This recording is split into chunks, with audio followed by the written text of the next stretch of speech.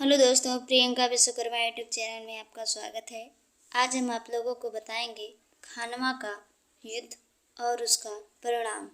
खानवा का युद्ध किसके मध्य हुआ था और उसका हम परिणाम के बारे में बताएंगे। पहले हम उसका परिचय दे देते हैं।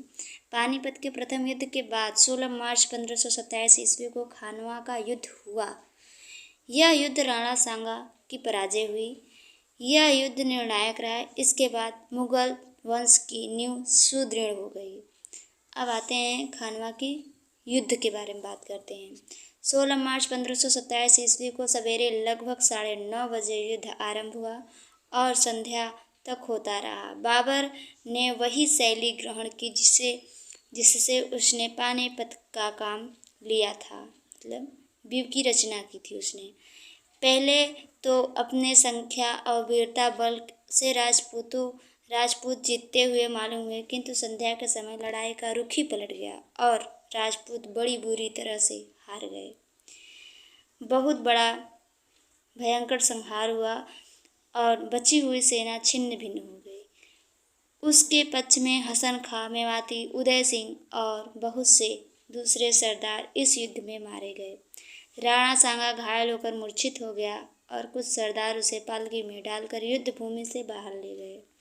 विजयी बाबर ने अपने विजय चिन्ह स्वरूप राजपूतों के सिर का एक मीनार अथवा बुर्ज बनवाया और गाजी में उसकी उपाधि की धारणा की। जो भी युद्ध का परिणाम के बारे में बात करते हैं। खानवा का युद्ध भारत के इतिहास में एक निर्णायक युद्ध था। राणा सांगा और उसके समर्थक अफगान सरदारों की भीषण पराजय हुई। राजपूतों की शक्ति पूर्णतः समाप्त हो गई। उनकी प्रतिष्ठा और सम्मान धूल में मिल गई।